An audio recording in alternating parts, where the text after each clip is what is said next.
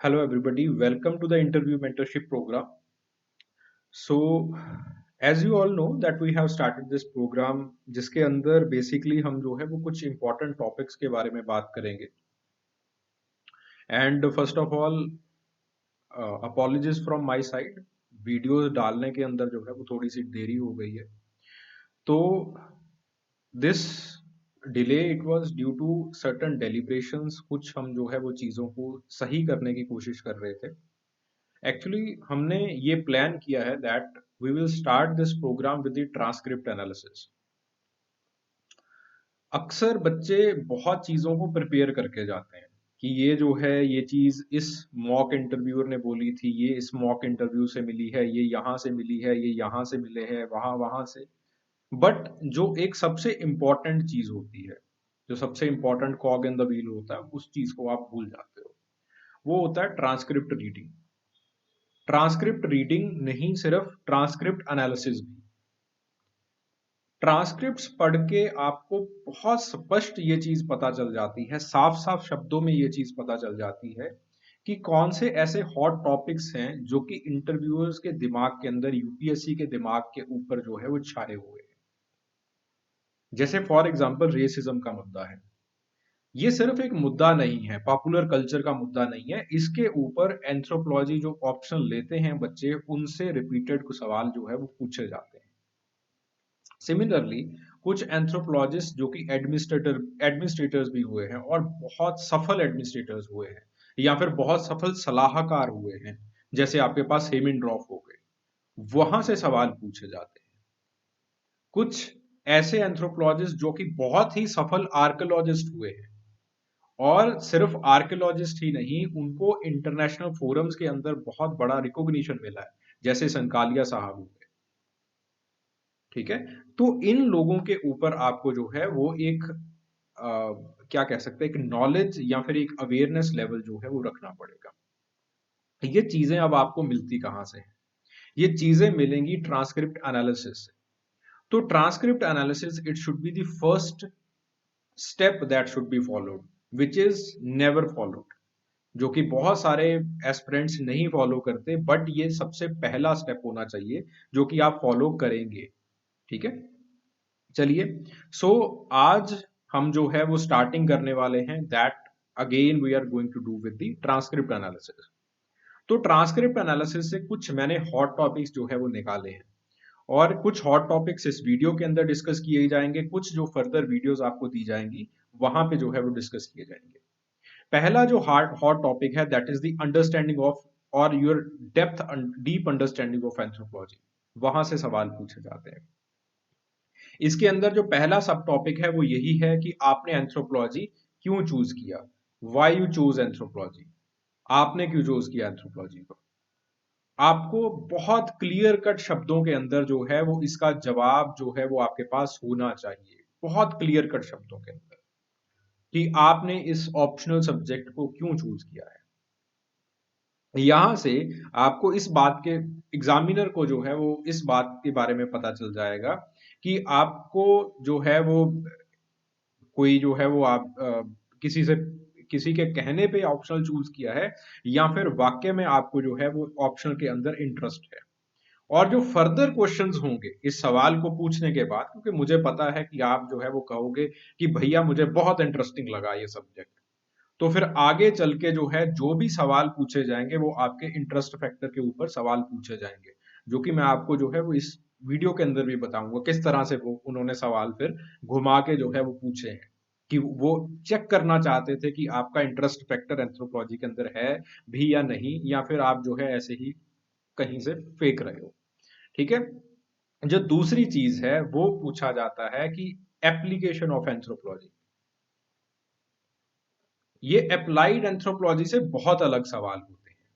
UPSC अब नहीं चाहता. यूपीएससी ने देख लिया कि बच्चे जो आए हैं मेरे पास वो बहुत नॉलेजेबल बच्चे हैं, प्रीलिम्स की स्टेज को क्लियर करके आए हैं, and after the preliminary stage, mains की स्टेज को भी आपने क्लियर किया है.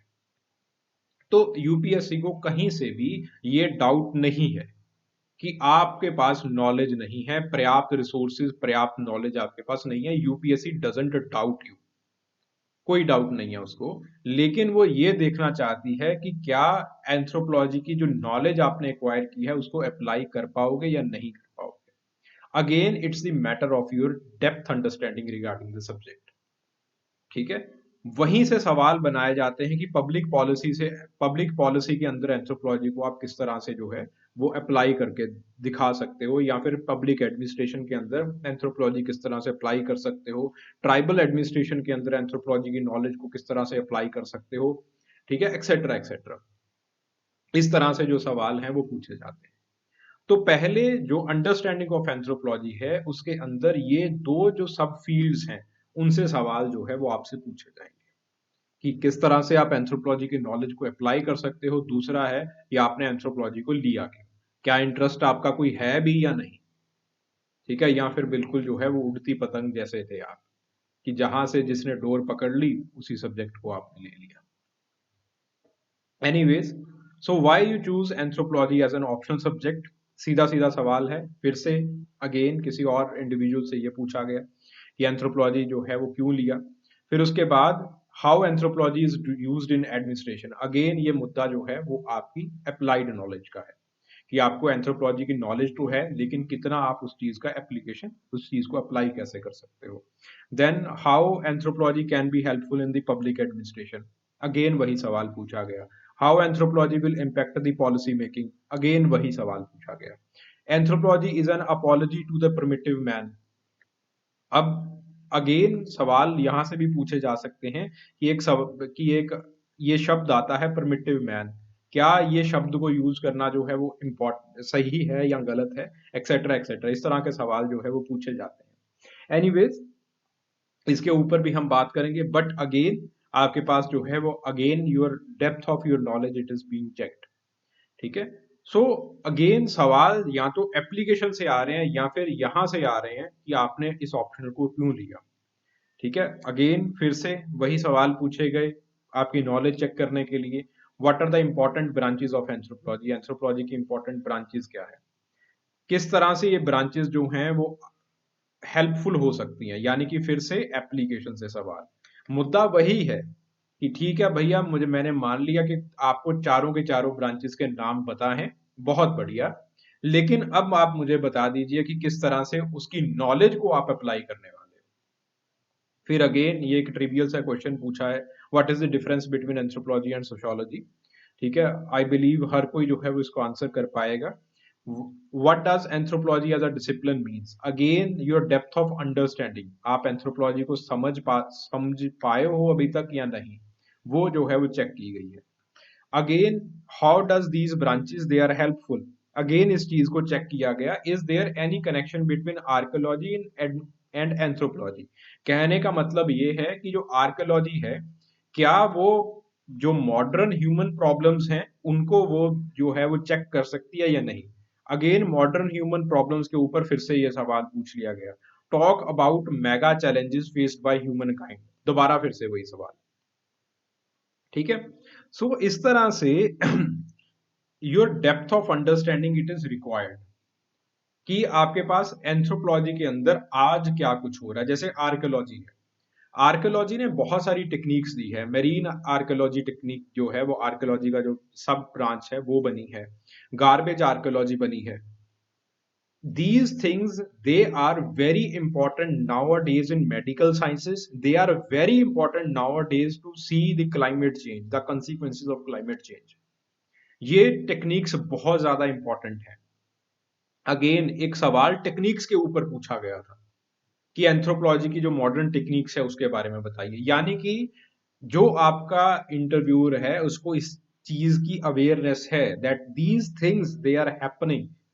ठीक है, ये चीजें जो है वो आपके पास रेगुलरली हो रही हैं, उसको इस चीज के बारे में अवेयरनेस है, पता है उसको।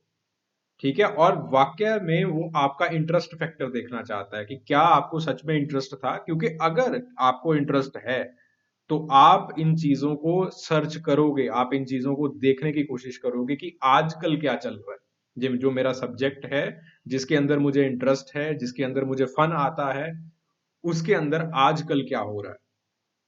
ठीक है, again how will you use knowledge of archaeology in anthropology, again वही चैलेंजेस को आप रिजॉल्व कैसे कर सकते हो आर्कोलॉजिकल नॉलेज से। ठीक है, how anthropology is relevant today, वही सवाल फिर से पूछ लिया। ठीक है, again the understanding is very important. इन चीजों के ऊपर जो है वो मैं आगे भी वीडियोस लेके आऊंगा। जो करंट अफेयर्स करके मेरी वीडियो सीरीज चलती आ रही है, वही एक बार उन वीडियोस को भी देख लेना। ठीक है, क्योंकि वो सीरीज को चलाने का सबसे इंपॉर्टेंट यही मकसद था मेरा, कि आप समझ पाए कि एंथ्रोपोलॉजी आखिरकार चीज क्या है। ठीक है, again, why did you take the anthropology as an optional? क्या कोई सब्जेक्ट के अंदर, अगेन वही सवाल पूछ लिया, क्या कोई सब्जेक्ट के अंदर इंटरेस्ट है या फिर कटी पतंग हो? ठीक है, what did anthropology teach you? Anthropology से सीखा क्या है आपने? वही सवाल पूछ लिया। फिर जो भी आप पूछ बताओगे, आपकी नॉलेज जो है वो इस तरह से जो है वो असेस की जाएगी। देन उसके बाद एक कंसेप्ट डाल के सवाल पूछ लिया, cultural relativism, it is dear dear concept for anthropology.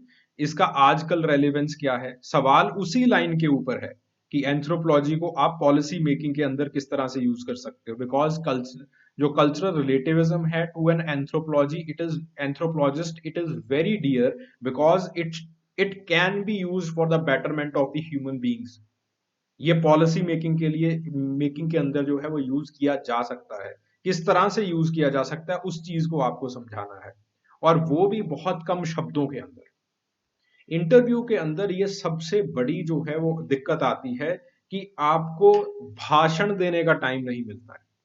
कई बच्चों का जो है वो, मैं फोन के ऊपर भी बात करता हूँ, टेलीफोनिक कन्वर्सेशंस भी चल रही हैं, कुछ सेशन चल रहे हैं, तो उनका हाल जो है वो कुछ इस तरह से हो रखा होता है, जैसे जो है वो आदत पड़ रखी होती है कईयों को सुनाने की।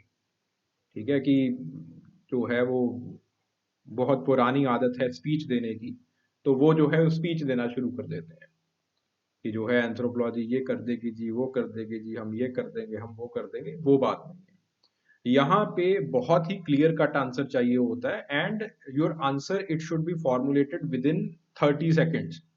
ठीक है, 30 सेकेंड्स के अंदर अंदर आपको जो मेजर बात है, जो जिस बात को आप रखना चाहते हो, उसको बहुत कम शब्दों के अंदर 30 सेकंड के अंदर अंदर आपको रख देना होता है। और ये चीजें तभी होती हैं जब आपके पास समझ है। यहां पे इंफॉर्मेशन की बात ही नहीं हो रही है, इंफॉर्मेशन की कोई दिक्कत ही नहीं है, क्योंकि इंफॉर्मेशन तो हमने समझ लिया, बहुत है आपके पास, मेंस क्लियर कराए हो, इंफॉर्मेशन का घाटा थोड़ी है। लेकिन अंडरस्टैंडिंग, अंडरस्टैंडिंग होनी चाहिए।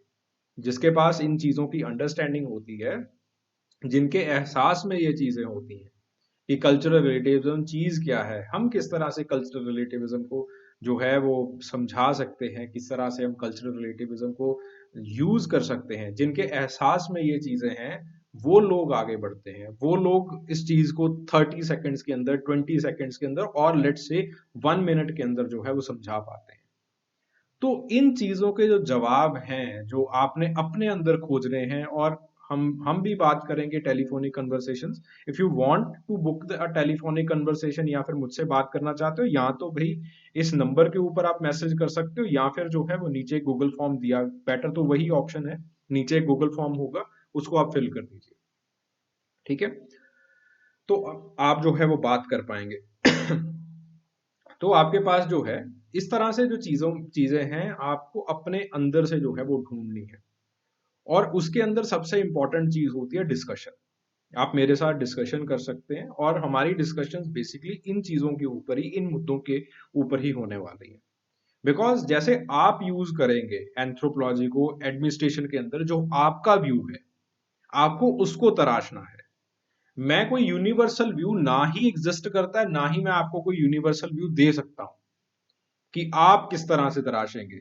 तो बेसिकली आपको खुद को जो है वो ढूंढना है कि मैं अपनी एंथ्रोपोलॉजी की जो नॉलेज है, कल्चरल रिलेटिविज्म की जो नॉलेज है, उसको किस तरह से प्रैक्टिकलिटी के अंदर लेके आ सकता हूं या आ सकती हूं। ठीक है, उसके अंदर डिस्कशंस बहुत इंपॉर्टेंट है। ठीक है, डिस्कशंस आपकी अपने साथ और मेरे साथ। सो जस्ट ये जो आपके पास मुद्दे हैं, ये जो क्वेश्चंस हैं, इनको आप लिखिए, अपने हाथों से लिखिए और अपनी जो दीवार है, अलमीरा है, उनके ऊपर जो है वो जाके चिपका दीजिए। और रोज इन मुद्दों के ऊपर रिफ्लेक्ट करने की कोशिश कीजिए कि मैं इन मुद्दों को किस तरह से हैंडल कर सकता हूं या कर सकती हूँ। ठीक है। It will be a very viable exercise, very effective exercise. तो इन सवालों को आप उठाइए, अंडरस्टैंडिंग ऑफ एंथ्रोपोलॉजी लिखिए और अपनी दीवार के अंदर जो है वो जाके चिपका दीजिए। ठीक है। ये चीजें बहुत इंपॉर्टेंट रहने वाली हैं आपकी फर्दर प्रेपरेशन के लिए। They will be very very very helpful. ठीक है। सो आगे भी कुछ इश्यूज हैं, जैसे ट्राइबल इश्यूज से किस तरह से सवाल पूछे जाते हैं, एवोल्यूशन से सवाल पूछे जाते हैं, इंडियन पॉपुलेशन कंपोजिशन से सवाल पूछे जाते हैं, यानी कि हिस्टोरिकल माइग्रेशन से सवाल पूछे जाते हैं, रेस एंड रेसिज्म से सवाल पूछे जाते हैं। ये कुछ हॉट टॉपिक्स हैं। किस तरह से सवाल पूछे जाते हैं हम डिस्कस करेंगे, अगली वीडियोस के अंदर डिस्कस करेंगे, पर फिलहाल के लिए इस चीज को जो है वो आप कंसेप्चुलाइज कीजिए। ठीक है। चलिए, थैंक यू वेरी मच।